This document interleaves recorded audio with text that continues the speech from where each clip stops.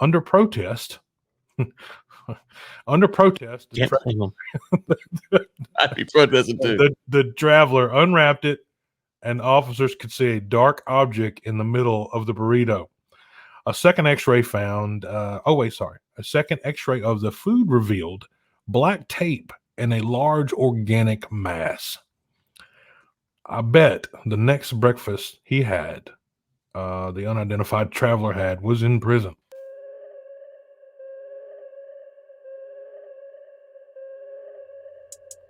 This is Overtime, a live series brought to you by Lynx and War Room Media, where we talk about basically anything we want. And here are your hosts, Greg Williams and Ryan Ray. Ryan, my man. I see you, Superman, over there on the bookcase, man. I'm digging it. Yeah, I gotta see. It's always backwards here. So I got a Superman. That's a Terminator skull. The Star Trek ship Enterprise. Let's see here. What else you got? Picard, Worf, and then the Predator.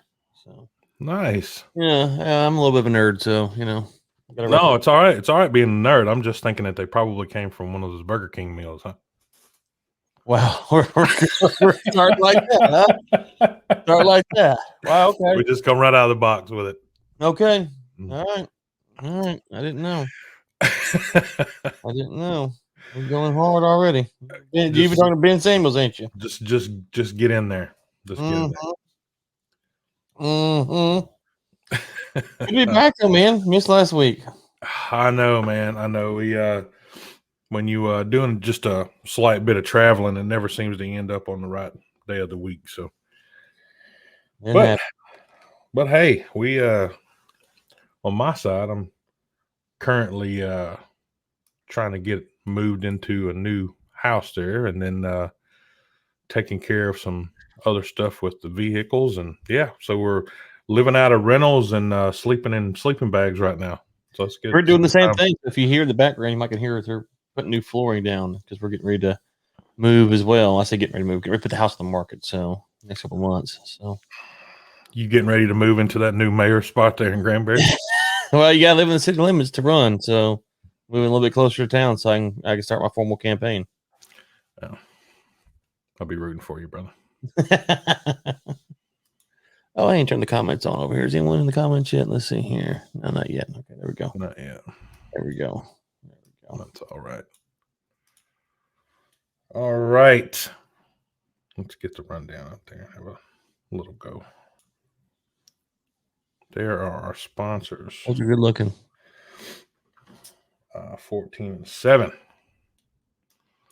Yeah, absolutely. So 14-7, our sponsors for the show. They're a small family-owned apparel company based in Alberta. Has roots in oil and agriculture. So everybody get in there and download the Lynx application and visit 14-7 and get your 10% off today. We once you download the app, you'll get a code in your email verification that'll give you that 10% off. So you can head over to the website www.14and7apparel.ca, and you can use the discount code that is sent by email with your email verification. So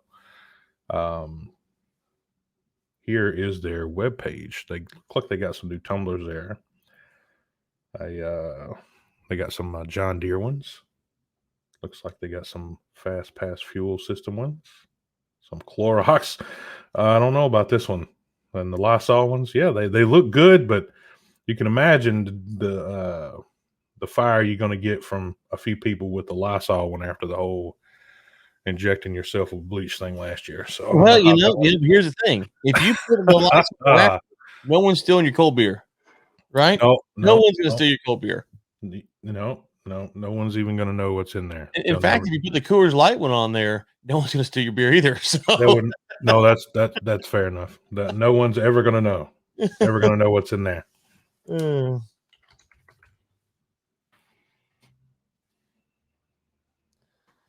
Oh man.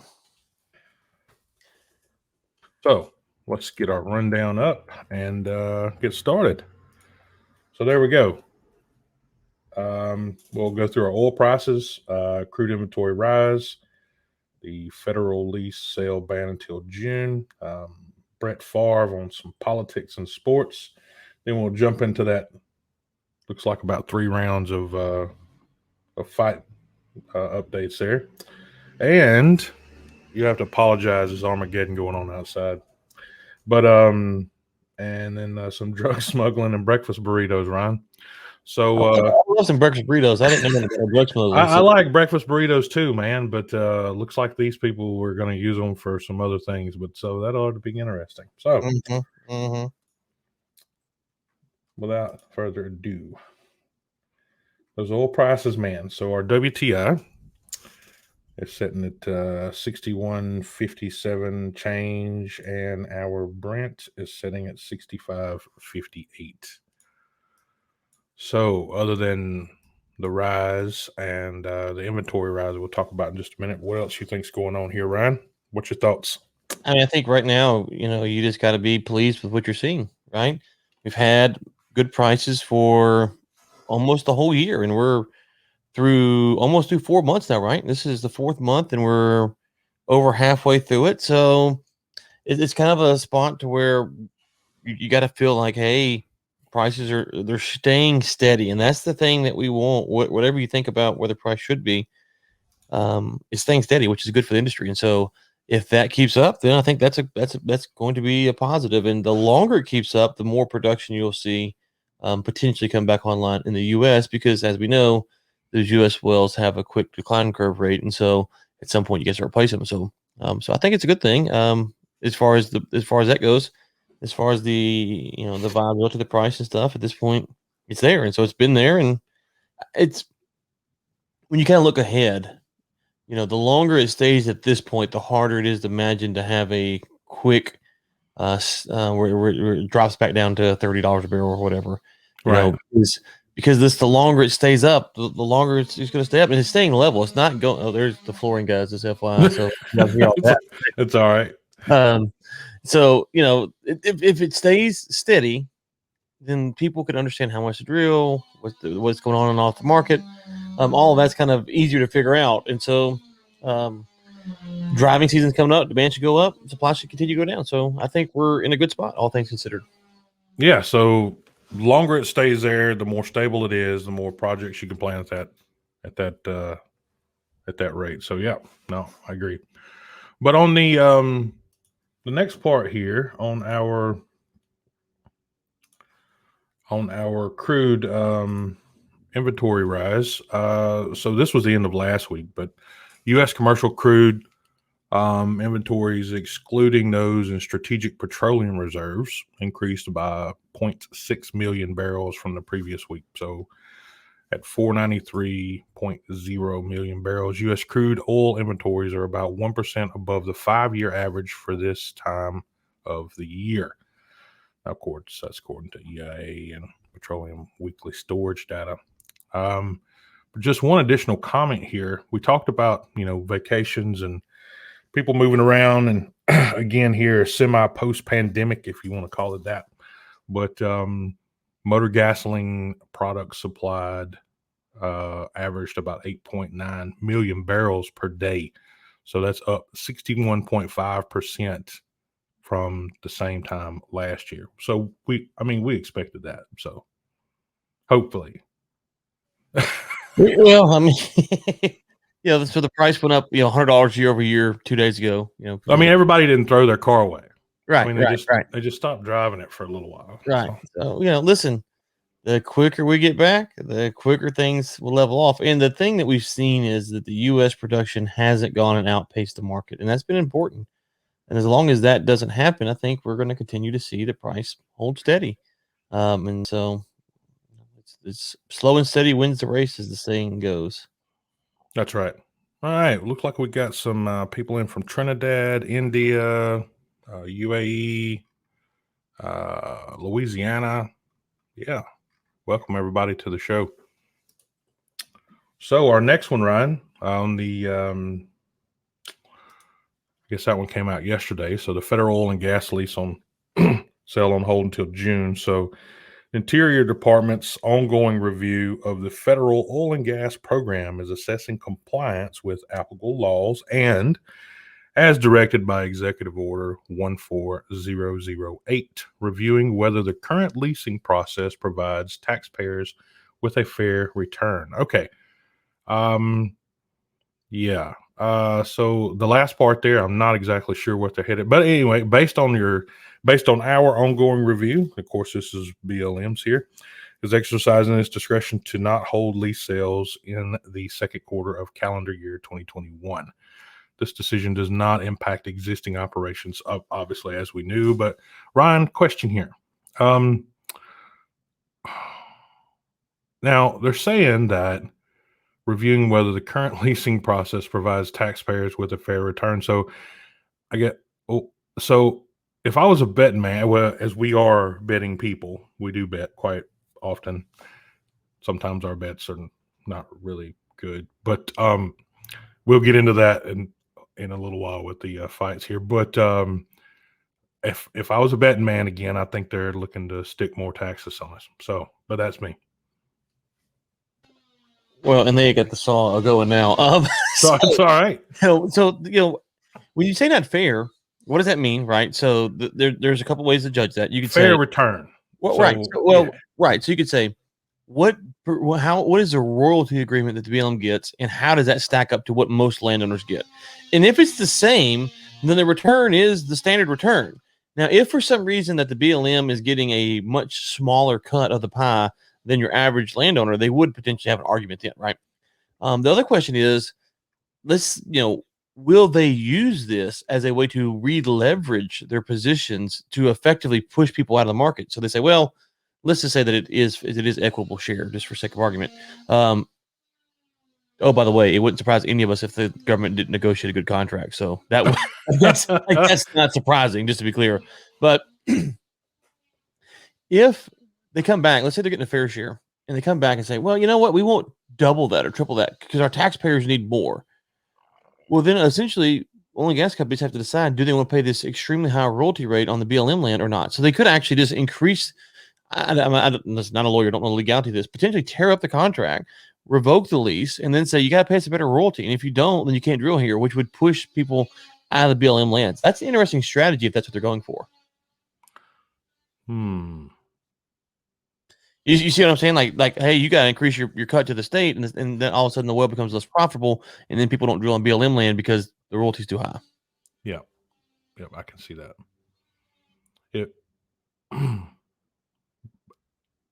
What else are they going to do with the land? Nothing. That's the thing. In Mexico, they don't do anything with it. So it doesn't long term. It doesn't. I mean, unless we're talking about doing something else with the land, long term, it doesn't seem like it would be a very profitable idea, or anything for the government to not let them do something with the land. Well, the whole thing is like, how much land does the government really should the government even own? And so, I don't know if all the stuff is happening to Mexico. Well, right. I mean, realistically, probably none of it. But I mean, yeah, agreed. But okay, but let's just say for sake of argument, you say like Yosemite or some of those big national parks. Say, okay, let's put those to the side. Okay, I'll give you some of these big national parks. Let them have those. But the land in southeast New Mexico that they have, I mean, I haven't been over all of it, but what I've seen is there's nothing there. There's no surface value. It's just the minerals. Now, I don't know why they got it. I don't know how they got it. Someone might know, but there's really no reason for our government to maintain that land. They should sell it. They should auction it off, or should have. Now, of course, auction off would cause all kinds of problems, but they still should. And so, because they hold this land, then they're trying to do its best, and now it's just driving me crazy. So, but if they're going to use this as a way to leverage companies out of the industry, that's a really interesting strategy. So I'd love to hear a lawyer's take on, can they just tear up their royalty agreements on the old deals, or on the new leases, they just say, no, if you want to drill out here, the royalty is extremely high, and then companies say, that's not worth it. Because that would, so real quick, this, just so we're clear, the weird thing is this is good for prices, right? Like, this is actually good for prices. Yeah, it's good for prices. It's good for prices, but domestically for the U.S., it's not good. So I'm not saying it's a good thing. I'm saying the hard thing to consider is that it is good for prices, because if there's less drilling, prices go up. And so it's really weird, because as the price goes up, you're going, where are these jobs at? It's like, well, the jobs are in the U.S. Well, why? Because of stuff like this. That's right. That's right. It just doesn't even I can't get my head wrapped around what you would do with billions of acres of dirt other than drill a well in it. I don't know. No, I agree. And then you look at the revenue that goes back into your public systems, I mean, just everything else that the revenue does. It's just not, I mean, what are you going to do? Everybody's going to pay taxes to take care of the property ultimately. And I mean, you're not able to get any kind of return from the property back into the system. So it's like a one-way street headed out the door. That's it. Mm-hmm. Yep. Mm-hmm. That's it. Agreed. All right. Just a couple of little things there on the market news, but also just for listeners out there, there is some action in the background with Reps Chip Roy and Lauren Bobart to force a House vote to reverse the executive orders. But Bobart being from Colorado and Roy being from right here in Texas, so I mean, you can watch this, but I don't expect anything to come from it. But I certainly support an about face based on what our economy needs right now. But until there's a viable, plentiful solution that's good for everybody, then it should be business as usual as far as I'm concerned. There are also reps from New Mexico. I don't think Congress can do anything, though. They can't. I think this They is can't. federal. They're right. They can stand outside. They can stand outside and complain and push and try to put some buzz in there, but there's nothing going to change. But I think that's important to just So whether you think they should or shouldn't or whatever, I think it's important because sometimes you see these politicians like, "Oh, we've got to do something. We're going to pass a bill." It's like, man, it's not your jurisdiction. So So just for perspective, I don't think they can actually do anything, whether you support it or not. Just don't get too caught up in the hype because it's the cheerleading on the side. That's what it is. Can't make any points with the cheerleaders. All you can do is push them on. So. But also you got reps from New Mexico and Alabama that's coming on board here the last 24 hours from what I understand. But anyway, just to add on a bit more there, because Ryan and I we can go back and forth with different things here, but we're also not Congress people, nor do we want. We're not cheerleaders. We're like exactly. So look up the nosebleeds, like where's Greg and Ryan, like the top row. There we are. Yeah, I can't even get in the building.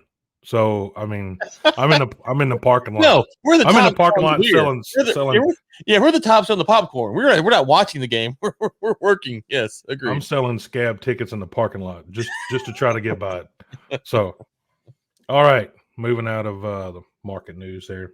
So we'll go over here for a little bit of sports. So this one here, which didn't really surprise me, but Ryan, of course, the Derek Chauvin verdict's been all over every channel. But Favre piped in on Bowling with Favre podcast there last week, and he said that politics needs to be out of sports. He believed it was hurting the games and agreed with people declining not to watch sports anymore. He also said he was aware of the backlash his comments received, but did not care, and he stands by his comments. So what's your thoughts here? I'm pro his comments, just to be honest. There's two ways to look at this. I'm fine with him saying what he wants to say. So from that standpoint, I'm fine. As far as the politics and sports, it's a weird thing, right? So I like how the UFC does it. And the UFC's policy is, to my knowledge, their organization never takes a stance on anything. Dana White might take a stance. The fighter might take the opposite stance. But they, if you can say and do pretty much whatever you want to say and do. And for perspective, they have a title fight coming up at the women's 125 pound. I can't remember. It's 115? Maybe 115. Yeah, 115. And the champion is Chinese. And the challenger is born in America, but her family's from Lithuania. I mean, she's born in Lithuania, but she's American citizen now, I think. But she made a comment criticizing Chinese government and calling communism a bad thing. In other, like the NBA, that would not be allowed. That would not be allowed. And so I'm fine with how the UFC does it, which is everyone can have their opinion. There's no top-down mandate. You can say what you want to, and the organization's not going to push anything. These other organizations like the NFL, the NBA, Major League Baseball, it seems to me that they want to push a narrative and not have a discussion. So I'm fine with Favre saying that he wants it out. I'm fine with someone saying he wants it in. I just don't want the freaking league pushing it down my throat. So if the player wants to talk about it, let the player talk about it. But I don't need the league to push it down my throat. The league should be neutral and let the players decide what they think's best for their own brand, image, career. I mean, I'm buying a ticket. I want to see a game. That's what That's I want to see. That's right. If I wanted to see politics, I want to see everything else. I'd go back to C-SPAN. I'd go back to TV. I'd go stand out in front of DC. I'd be somewhere else. I wouldn't be at a football game or a baseball game. Which to me. Right. It's like that's what to the point about the UFC is at the end of the fight, if the fighter gets up there and goes, I want to talk about, just hit mute button, boop, it's going on. It's not a part of the broadcast experience. Whether you turn on the NBA, man, Boop. the NFL even is part of the experience. You can't just tune out for 2 minutes and just be like, it's part. They ingrain it into the fabric of the thing. It's like that's not what I'm here for. I'm fine. If you get your microphone moment, you want to talk about whatever you want to. That's whatever. I can mute that, but it was ingrained into the program. That's the problem. And so, so if that's what you're referring to, then I'm fine with that. Because I think on the flip side, you can make the argument that there are other political things that are ingrained that we don't think about. And so that'd be my general stance on it. Well, I mean, you don't know what part of the money goes where, from these sports venues. You don't know what route that it takes into what representative's office. You don't know where all that goes, and you don't know who's paying who back there. So I mean, again, I think as these larger than life sports players are brand ambassadors for a later marketing strategy for their image, so Brett being from the southern parts of the states and so he's not Wranglers. So he's still based very much in the southern parts of the United States, and that's where his following's going to be. So let's just talk about Brett Favre for a second, just to be clear. And I'm not trying to pick on the guy. Let's just take some facts. He was addicted to painkillers. He sent pictures of part of his anatomy to a woman as a married man. And so I say all that not to pick on Brett Favre. I say all to say that I don't take my political, my moral, my philosophical, anything from Brett Favre, Peyton Manning, Tom Brady, LeBron James, because there's a documentary, and I would love for someone to find this. It's not out there. I can't find it. I don't remember the name of it. But I remember I was in probably 2003, 4, 5, somewhere there.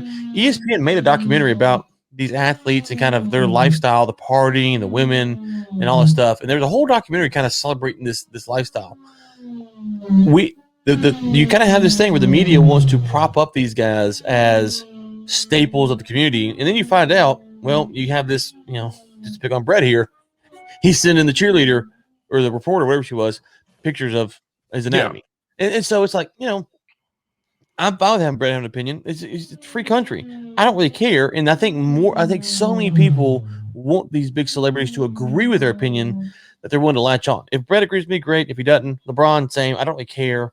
I don't think most of them are very thoughtful people because they're athletes and they've had to be thinking about football. Brett can break down the defense far better than I can. And again, I'm just using Brett because he's part of the story.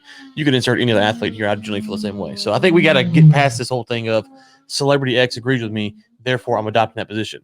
Is it a well thought out position? Yes or no? Let's go with that. So Brett, if you feel so confident in it, then run for governor, and we'll see. Yeah, that'll there you go. So these guys, if they want to get into those positions where they want to make calls like that, then go run for office, man. Go do it. Get in there. Make a difference. Brett. That is a nice ring, though. Listen, he's got a Super Bowl and a Hall of Fame. One more than me. One more Super Bowl and one more Hall of Fame than me. Okay. That's. But he is doing podcasts, so I mean, I've got more podcasts than him. You do. So you got a little bit going. Yeah, for step you. It up, Brett. Do some work. Get in there. Sweat. All right, let's talk about UFC 264. So looks like they got the rematch scheduled. Boom. So for our fight fans out there, that's Dustin Poirier and Conor McGregor will face off again on July the 10th. So, Ryan, I mean, early picks on this one. I mean, I'm still a Dustin here. So, I mean, I called Dustin last time. You did. Dustin won. People were stunned. I'm gonna stick with Dustin. I Really am. don't I am think, as well. I don't think Connor really has that fighting spirit anymore. I think he's got his money. Good for him. And I think he's going to have to. He's going to have to come with a little bit of fire here. He's going to have to come with more fire than Dustin's got. That's for sure. I mean, you gotta think. So if Dustin loses this fight, it's probably the end of his Oh, title run for anytime soon. Maybe his career, right? Because now Mm. Connor's gonna move up. Like there's 3 or 4 guys. So I mean, there's he could still fight Jake Paul and make some money. So, well, which we'll talk about in a bit. So, anyway, yeah. So I mean, let me just see here real quick. So if you pull up the UFC rankings at 155, yeah. So you got Poirier, Gaethje, Oliveira, Chandler, Ferguson, and Connor. That's the top 6. So if Dustin loses, okay, so those 6 guys, they will all fight each other at some point. So you'll have 3 winners and 3 losers, obviously. So all 3 winners would then pass up Dustin, right? So he'd be at best the 4th man, depending on how he loses to Connor. So for him, the stakes are so high that he might never get a title shot, and he's got to beat those guys to get back in position. There's no guarantee of that. So I think the stakes are so high for Dustin that he will feel the pressure. He'll rise to the occasion. Connor, if he loses, he got another payday. Does he need to, does he need to keep fighting? Probably not. Maybe he wants to do some more celebrity type matches, big payday matches, but I don't think there's really much for Connor in this. If he wins, he gets a title shot. That would be a big deal. But if you've watched his last few fights, he quits. Let's just call it spade a spade. He quits. He gets tired. And even when he lost to Nate Diaz, he quit. And so I think he's tough. These guys are all tough. I think on the scale of UFC fighter tough, though, I don't think he's as tough as some of the other guys that he fights. And I think that shows when he gets tired and he doesn't have the will to keep going. so if he can't get it in 1-2, he's out. He's out of the mix. I would say so. So, and the whole deal, like he was saying a while back, the fight was off and now it's back on. So I'm kind of over his whole shtick, to be quite honest with you. I'm ready for him to go away. Well, Dustin may make that happen here pretty soon. Hey, losing a boy right there. Yeah. Poirier. I think I told you I met him one time, didn't I? Yes, you did. Yeah. He's I mean, he would destroy me in about 30 seconds, but you would make the mistake thinking you could destroy him. He's a little fella. Oh, if you go into a bar and you see any of these guys with ears like this, you don't Oh yeah, if you see the ear, that's a you don't have crosswords. Next thing you'd be like, "Sir, can I buy you a drink?" Exactly. That's how it's going to be, Exactly. Would you like a ride home or anything? Like I used to say, if I saw Brock Lesnar in a dark alley, I'd immediately get my wallet out and begin telling him the PIN numbers for all my cards. To start there, like, okay, this one, here's the balance, here's the ATMs here. That's where I'm starting at and hoping that Here's it my doesn't. Social Security card. Here's everything. The safes over here is locked up. Here's a combination. Wife's telephone number. Yeah, whatever everything. you need. Yeah, Whatever you need. So for our other fight side there, that's BKFC 17. We talked about it a couple of shows back, but it will be here on the 30th, so just right around the corner. Next Saturday. So we'll refresh our picks here. So, yeah. Also, disclaimer: don't wager any money on anything that Ryan and I say here on the show. So that's just for entertainment, and it's not good entertainment. It's just something to fill a gap. So anyway, I think we both went with Kleckler there. Yeah, I got Kleckler. I'm not mistaken. Yep, Kleckler. Yeah, I'm Kleckler too. When we talked about it, I think there was only one fight on the card. The rest of these guys weren't there yet. So Marcel Stamps. So I worked with Marcel for a little while back in the day. So from Birmingham. Yeah, he played for Alabama. I met him. Remember, I told the story about my guy getting on the second ever card. My guy fought Marcel. I ended up working with Marcel for a little while, and then we went our separate ways towards the end of my managing career. So Marcel, he's got some heat in the hands, man. Does he? I don't know about this guy he's fighting, but let's I see don't know here. about Richmond here. But Marcel, he can throw a punch. I would not want to get caught by one of his hands. So 18-8-0. 3 losses. Nickname's a Marine. Oh, look, he's got a Superman tattoo on his chest. Well, he's indestructible then. Yeah, must be. I don't know. But he's lost his last 3. Yeah. And he had a no contest. I don't know. Let's look at Marcel's record. Marcel is like 4-2, I think. Yeah. Yep, 4-2. He's on a 1-loss streak at the moment. Yeah, so Marcel used to fight at like middleweight, 185. He knocked out Kendall Grove. Not his last fight, but 2 fights ago. His last weigh-in, he was 176. Right. Well, no, his last one he fought. That's what I'm saying. He used to fight at that, but his last one he fought heavyweight against Joey Beltran, and so he moved all the way up to heavyweight to start fighting. So I don't know if he's Mike Richards be fighting heavyweight or he's going back down to this guy's last weigh-in says 155. So who knows what weight they're fighting at? Because he fought Beltran. That's there you go. They moved up from like 180 to 200 plus. Now he was an outside linebacker for Alabama, so it's not like he can't put on the weight, but yeah, that was BKFC 13. Yeah. And lost in the 4th round there. So he hasn't had a win since August 2019. That's why he beat Kendall Grove. Yeah. There's the Allen fights. Let's see here. Our other boy here hasn't had a win since November 2014. Yeah. Okay. So I'm going with Marcel. I got Marcel as well. Yeah, I'll go with Marcel. I don't know either of these guys. Let me see. He's from 13-5-0. That's this would be Mark Godbeer. God Beer. Oh yeah. All right. And he is from England.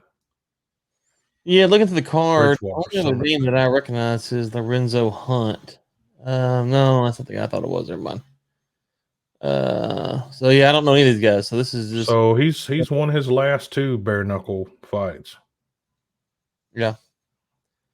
Godbeer. That's a good name. I'm going with that. I'm going with Godbeer for name alone. Just for name alone. Yeah. It's bad when you get the good point spread on your last name, huh? Yeah, no doubt. Okay. So the rest are just going to be toss-ups, but Kleckler and Stamps for the top. Yeah, that's what we got next weekend. I'm excited. All right. I have to catch that one. Looks like it's going to be good. And then, obviously, we can't stop talking about boxing without bringing up Jake. Oh, gosh. I know. But, again, here's another shot from Jake Paul there. Hey, good night, Ben Askren, you bum. So, Jake landed a big right hook on Askren, who eventually got to his feet, but the referee, Brian Stuss, decided to end the fight because he believed that Askren wasn't in shape to continue. And he wasn't. He was stumbling around like a buffoon. The fight was stopped at the 1:59 mark. But they say Askren, with a 19-2 UFC record, didn't seem upset after the loss. He walked away with a $500K payout and a smile on his face right here.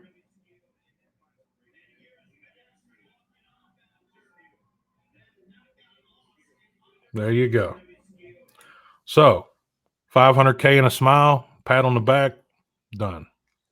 Yeah, I mean, I don't know if you follow Ben Askren much. He's a kind of a weird guy, you know. And I said it not like in a bad way, but he's $500K now, weirder.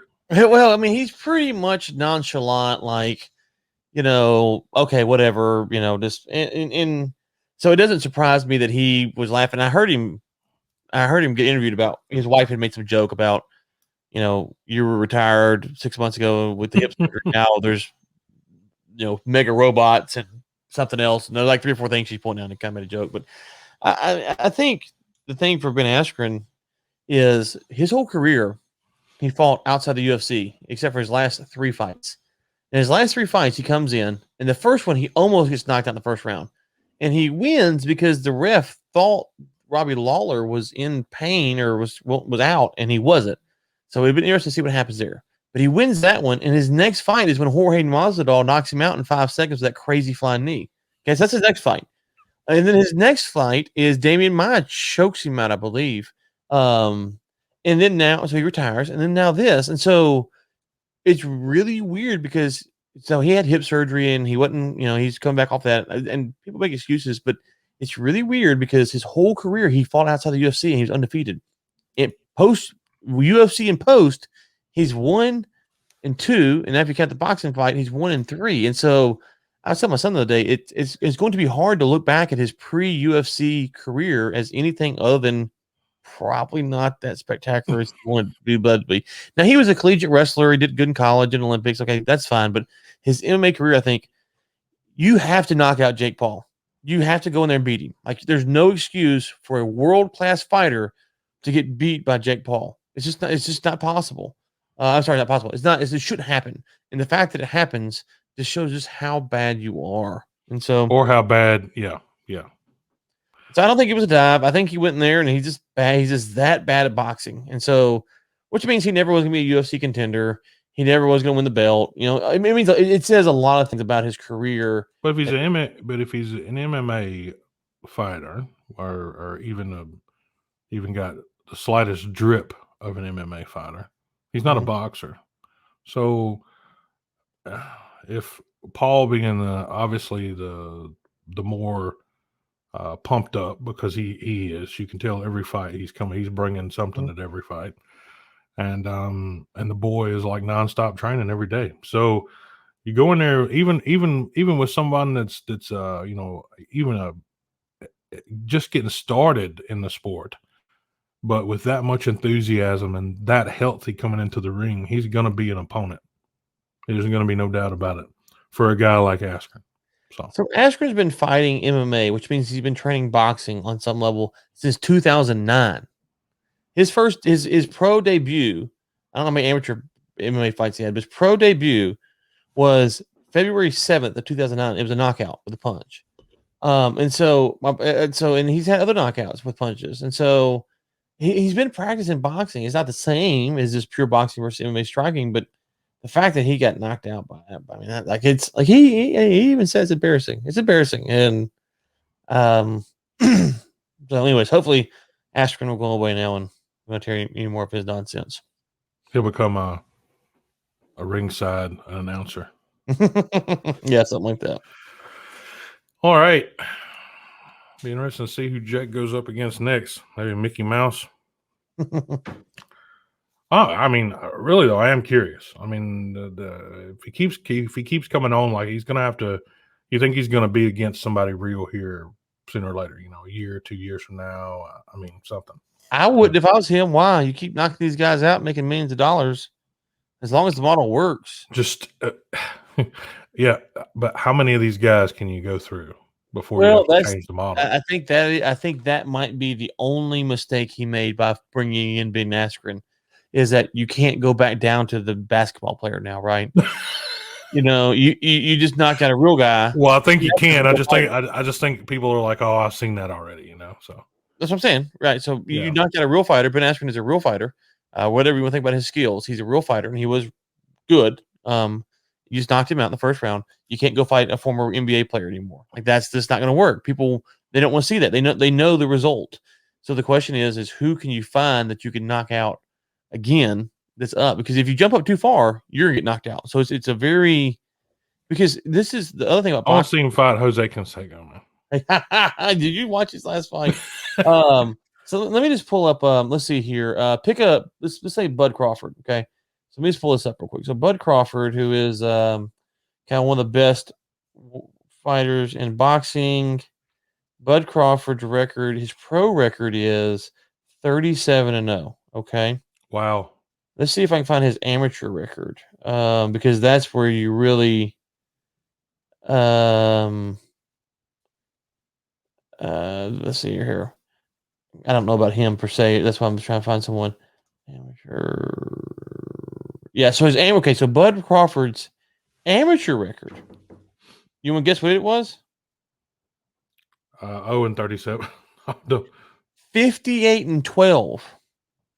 Man, he's put on the gloves a lot, did he not? 58-12. And so, a guy, so in boxing, what happens is if they're trying to promote a guy or push a guy, like Jake Paul would be right here. So he's 3-0 or whatever it is, 4-0 now. Like Jake Paul would have had 58.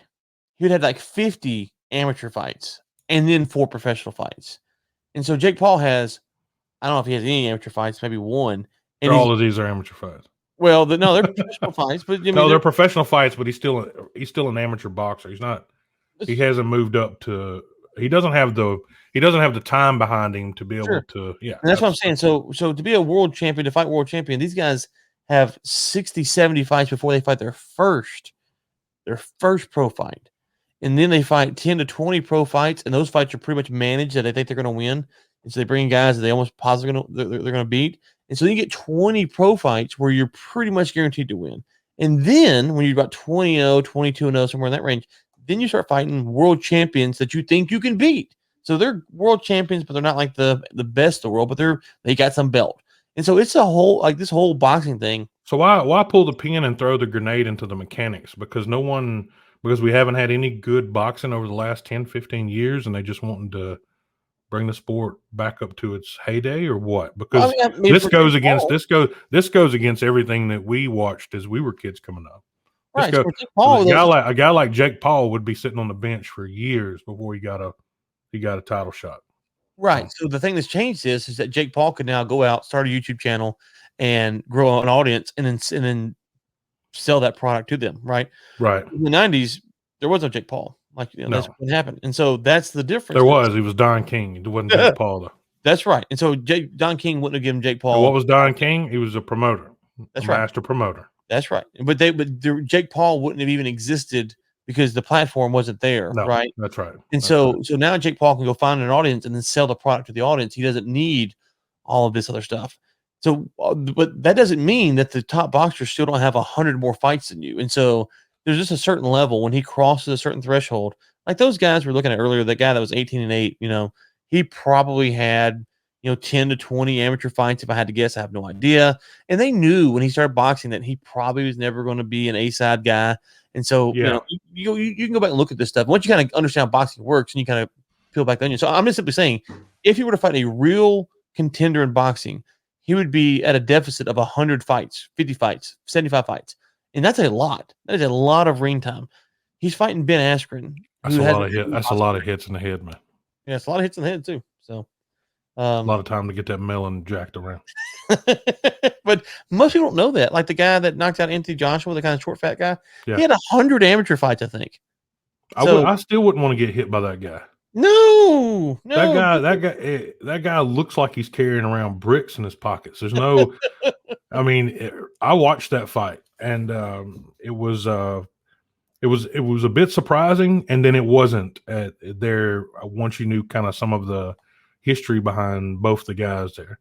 But he knew coming into that rematch that he didn't stand a chance. Joshua was coming, so it was, and he just took it for granted. Anthony Joshua just took it for granted. But hey, I enjoyed that fight. Shook the world. Too. It was great. It was great. All right, let's see here. So, just a reminder for anybody that's just joining us, we got a little bit more left in the show, but we're sponsored by 14 and 7 Apparel. They're a small family-owned apparel company based in Alberta that has roots in oil and agriculture. So everyone get in there, download the Lynx application, and visit 14 and 7 and get your 10% off today. Once you download the app, you will receive a code in your email verification, and it will be able to, you can stick that in the website, 14and7apparel.ca, and get your 10% off. So, now, folks, they've got some really cool gear. It's stuff that you don't generally find anywhere else. So here's just a little screenshot of some of them. We got hoodies, t-shirts, hats. Looks like they coming to the market here with some. They also do a lot with agriculture as well, like we said. So there's some totes there for all the farmers. Here's to the farmer. Got these cool tumblers. So yeah, go check them out. Ryan, we talk about the smuggling in the breakfast burritos. Oh yeah. Crystal man. Here we go. Ryan. Do you like breakfast burritos? I love breakfast burritos. Man, I'm gonna tell you what. So that would have been 1995 or 6. It's a little fuzzy there, many burritos ago. But when McDonald's first introduced the breakfast burrito, I was kind of skeptical at first because like there's only you meet people that can make burritos and not make burritos, and everything else that McDonald's ever did, they have down to a smooth art. It doesn't matter what you do. The coffee's the same, the bread's the same texture, the lettuce is anywhere you go, it's the exact same thing. It depends on what country you're in, is the difference between the sauce on the sandwich or not. But besides that, the bread's the same, the meat's the same, it's textbook. So, but this whole burrito thing was new for them. They didn't know how to make burritos. You could tell, even with the way they wrapped it, it just was devastating. So you had all this burrito up top with nothing in it, and everything was back down in the bottom. They couldn't get it tight enough. It depended on what it was, who was making it. And so they have eventually figured that out. It took them a couple of years, but they got it down to an art. And I like a good breakfast burrito. Love them. Little mild sauce, just right. And they gotta be fresh, because if you get them when they're cold, like they've been sitting in the thing for too long, and the cheese it and just kind of consolidated. No, but no, you gotta get it. You gotta get them while they're smoking. That's for sure. Right. That's right. So, I really like them, but here's one that the TSA picked up in Hobby here last week. Never heard of them smuggling anything in a breakfast burrito, but they are delicious. But officers were surprised to find crystal meth inside of one of them here at Houston's Hobby Airport. There is the tweet from TSA. So, under protest, I'd be protesting too. The traveler unwrapped it, and officers could see a dark object in the middle of the burrito. A second X-ray found. A second X-ray of the food revealed black tape and a large organic mass. I bet the next breakfast he had, the unidentified traveler had, was in prison. So his HPD took the meth, the burrito, and the traveler away with them. So this guy was trying to eat crystal meth on the plane. This guy had crystal meth snuggled in his burrito. And he's going to fly with it. Hold on. It's right here. So you could see some with the black tape. Yeah. So it was just wrapped up inside the burrito. So he was just smuggling it inside the burrito. I don't know. I guess that's better than booty hole. But I mean, putting it in a burrito was just, I'd never seen that one before, man. Never seen crystal meth in burritos. Crystal, yeah. I mean, that's. I wonder how many times you have to eat this. Like, that's my question. Like, has the meth and the burrito method worked before, and you've gotten away with it for years, and you finally just didn't wrap it right, and you got caught? Or was this like some brilliant idea that you thought you had? You're like, I'm going to put it inside the breakfast burrito because it's wrapping full. Even when you say it, I'm going to stick this inside this breakfast burrito.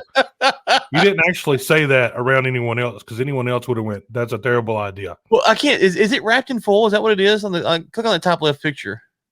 Yeah. So right here. Yeah. Can you click on that? Blow it up. Yeah. That's gonna take me over here to Twitter. So let me see here. That is. Yeah. So it's wrapped in full. I know what he thought. I bet he thought he could wrap it in the full. The full would reflect the X-ray, and they probably made him open it up. If I had to guess, I don't know. Just guess. Not possible. Well, what was he There trying it to is. do? He trying to take to the. You can't take food through the security area, right? No, man. I don't know. It was coming. He was coming in. I'm not sure if he was. He must have been trying to get out of there. Anyway, I'm down here with this one, this tweet back here, this reply at the bottom. Who would ruin a good breakfast burrito with drugs? Come on, people. Yes, no doubt. That's No doubt. anyone here in Texas understands the struggle with the breakfast burritos. You gotta love them. You gotta love them. So Oh, that's crazy. even the street ones, man. Even the street morning Yeah. street tacos, Yeah, just yeah. banging. I mean, it just Bring them one, bring them all. no, man.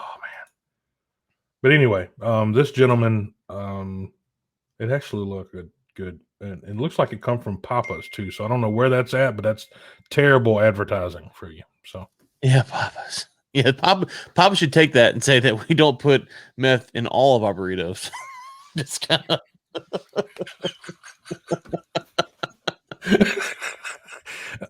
Disclaimer: Ryan and I do not support meth in breakfast burritos.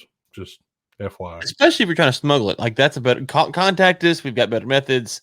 We'll let you know. Greg does at least. He's an expert in that stuff, not me. I don't smuggle anything but work.